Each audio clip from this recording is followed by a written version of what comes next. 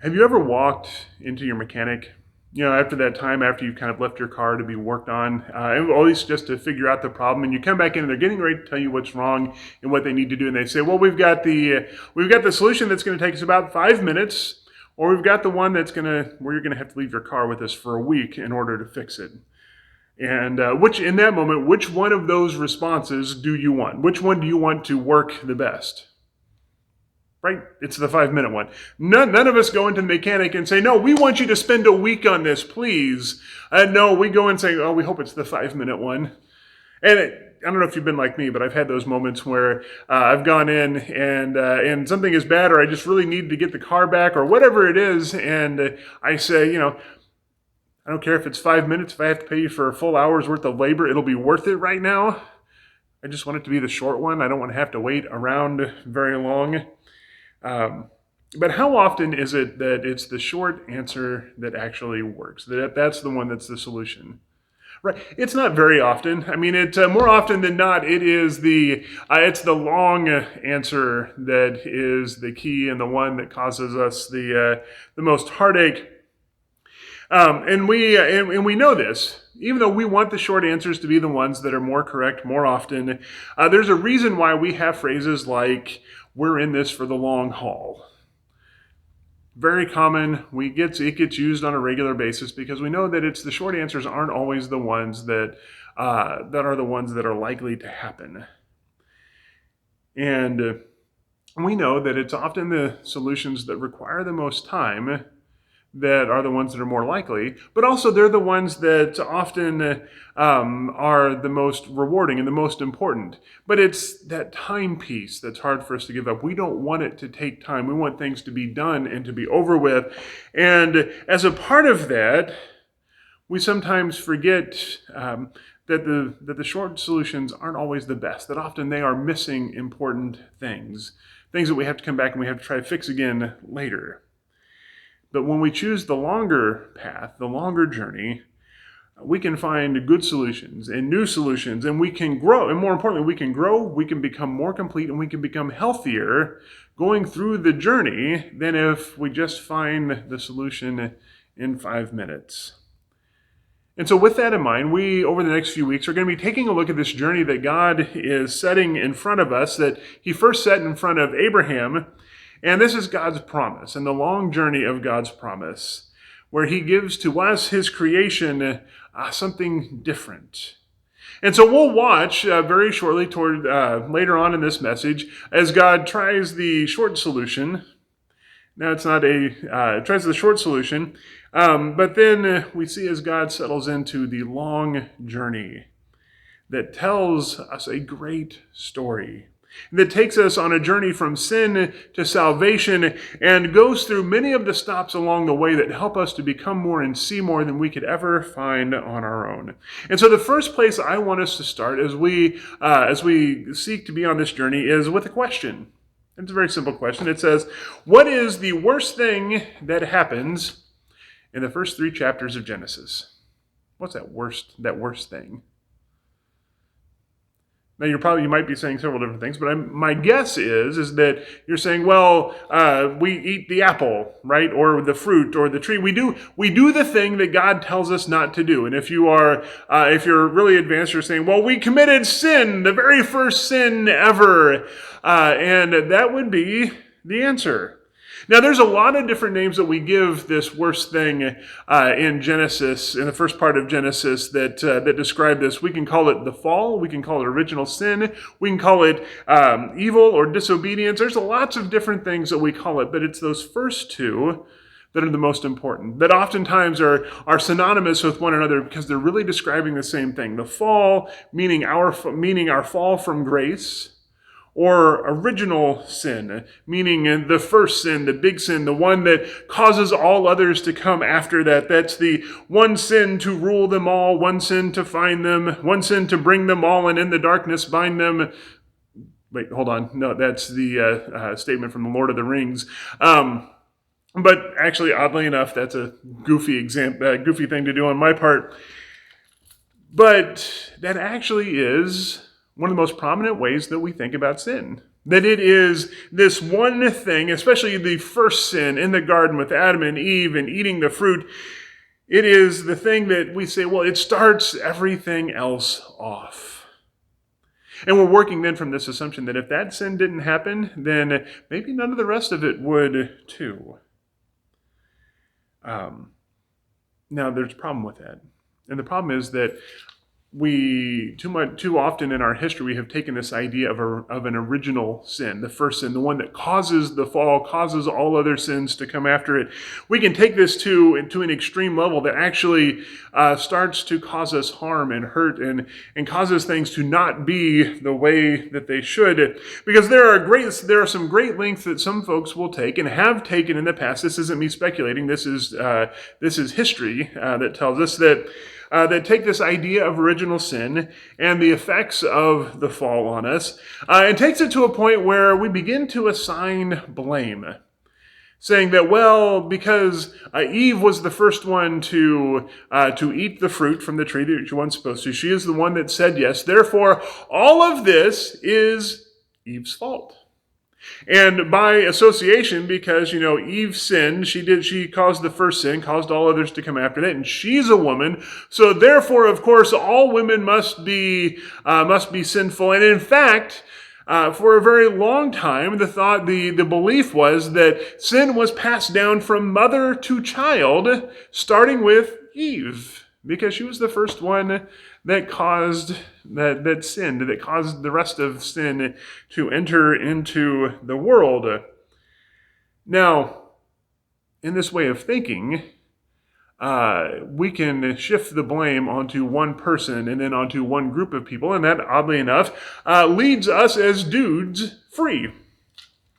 That leads us free to do all of the things that aren't associated with that original sin, because that original one is not our fault. That gives us freedom to do lots of other things, like leading and thinking and instructing and developing and philosophizing and doing all of that sort of stuff. And we say that we can do that because we weren't first. We weren't the first ones to do that sin. And so we can say, because we are without original sin, we can cast the first stone wherever we want. Now, in our day and age now, there's not too many folks that go to that extreme length anymore. We've learned a little bit more. We've grown up a little bit more. We've said, that really doesn't work. And when we look back at the story, we say, Adam was right there the whole time. He could have told her no. He could have spoken up. He could have said something, but he didn't. So he's complicit in all of this. And we say that doesn't really work anymore. But there's still some folks that will hold to that. And there's still many different ways, though, where that same thought, if not in those exact words, still kind of creeps up in our society and in our behaviors and in the way we do things. And so we need to kind of take a shot at that and say, maybe what's going on here? And maybe even go back earlier in time and say, what were they thinking then? What were they experiencing as these events happened? We go back and our story comes from Abraham.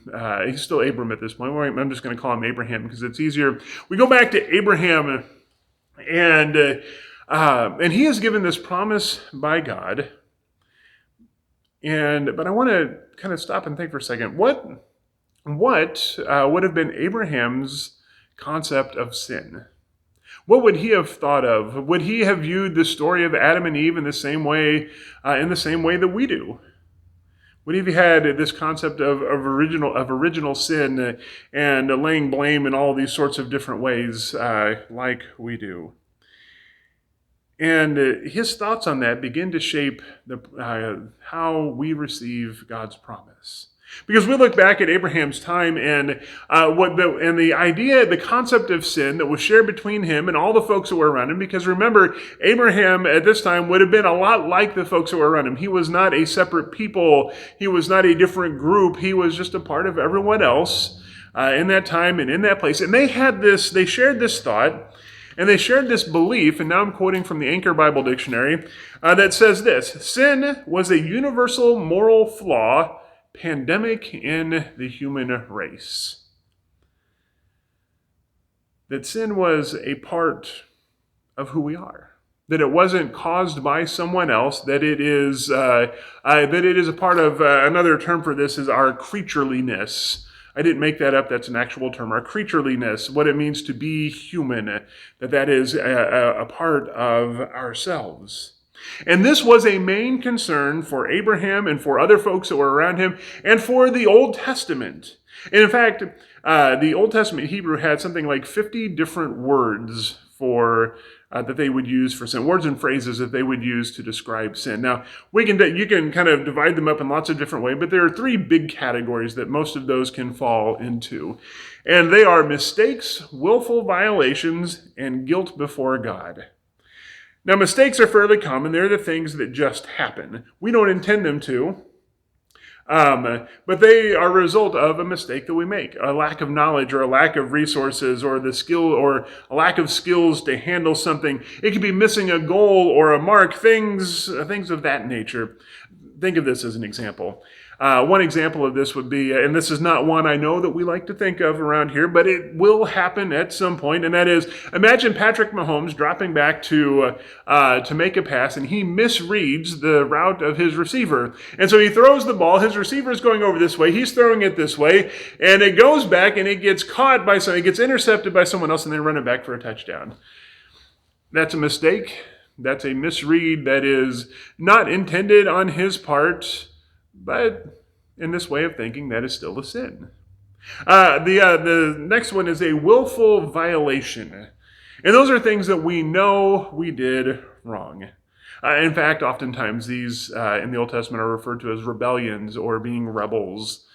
They're often taken in association with kings and monarchies and that sort of context there. But this kind of sin is a willful violation of a norm or standard.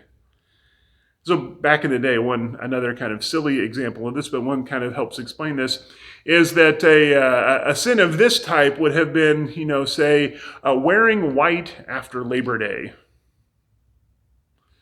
Not so much a thing anymore, but at one point in time, that would have been kind of a sinful thing to do. Silly, I know, but sinful.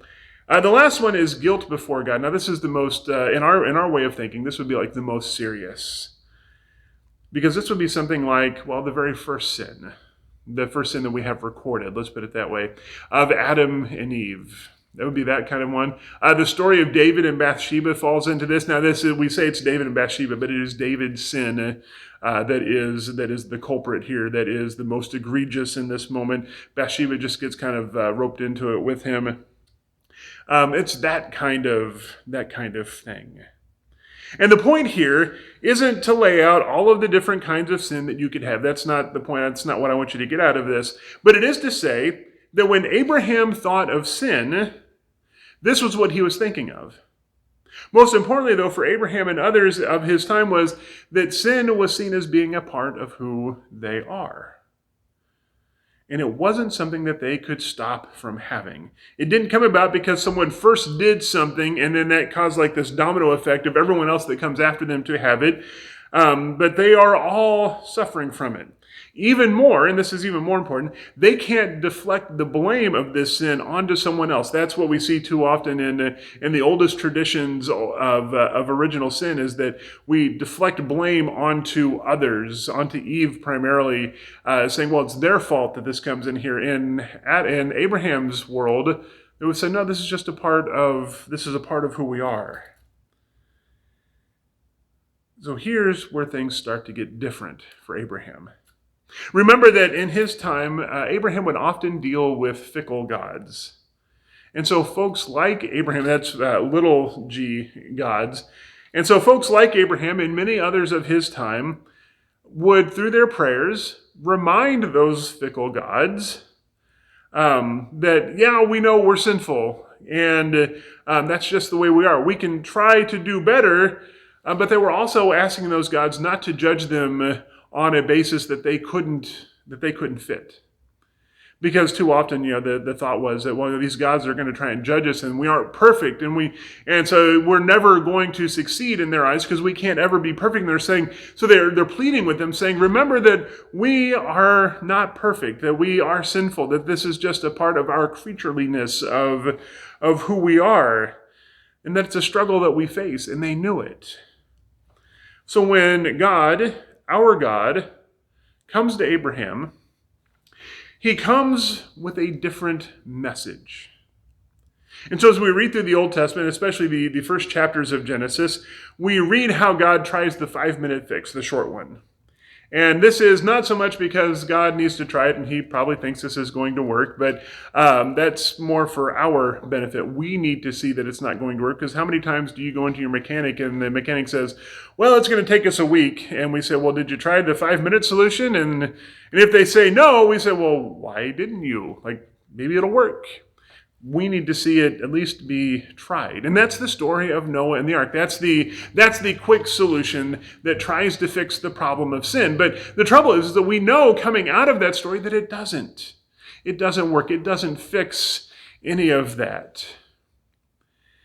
And so after that, then we come to the story of Abraham. And we see God try something different. This is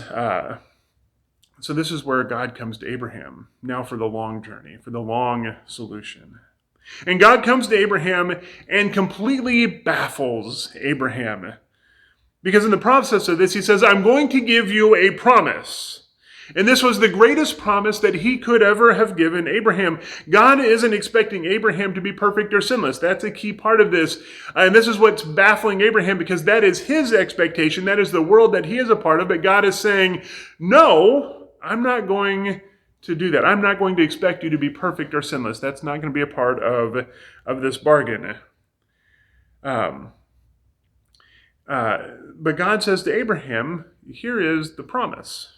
From you, I will start a great people, and they will continue to grow and grow and grow and grow. And for Abraham, this is a huge promise, because under the old system, that's not something that would happen. You couldn't continue to grow like that, just kind of continue to grow and be stronger to the point that where God says, look up and try and count the stars, if you can. And that's how numerous your descendants are going to be. That would not have been a solution in the world that Abraham knew. That wouldn't have worked. But God said, this is the promise I'm going to give to you. But this is going to be a long journey. The expectation that God has is not perfection. God's expectation is faith. And Abraham's response to God was radical for someone in his position. This is not something that anyone ever would have done from Abraham's time. Because remember, they're used to dealing with fickle gods. And so there was not faith, there was not trust, there was a whole slew of other emotions that were involved in there. But in Genesis 15, this is verse 6, we have Abraham's response to God. And Abram believed the Lord, and the Lord counted him as righteous because of his faith. This was a radical thing that Abraham was doing. One of the greatest sins of humanity is that we like that other definition of sin. The one that gives us the opportunity to deflect blame onto someone else, because then we don't have to admit anything. And then we can try and live up to this false ideal of perfection, that we can be perfect through our own actions even, that we can maybe not commit sin. But that whole line of belief itself is a sin, and a big one. Because sin is a part of us, and God's long promise to us is that we can grow, and that we can continue to grow. But that isn't possible under the old system. It isn't possible unless we own up to the fact that we will sin, and that we do sin. Our job isn't to be perfect, but it's to have faith. Faith recognizes our inability to control sin and establishes our trust in God. This was Abraham's faith. It's one that would have been inconceivable to the people of his time. But that's because God's actions were inconceivable to the people of his time. This was not at all something that they were expecting, but this is our starting point. This is our starting point for who we are in the world today, to know that sin is a part of that, and that we can't escape it, and that we can't deflect it, and that we can't shift the blame onto others. And that's okay, because it doesn't have power over us, because we can have faith. The faith that knows that God is working the long journey for the promise that he gives. And to know that God is still at work even in the world now, because this is the long journey. This isn't the short one. This is the long journey from sin to salvation that God has set us out on and has been showing us this way for so very long. God's promise will always be fulfilled. But the journey to get there is long. But it is a journey, and God goes with us. Success isn't when we finally reach the destination.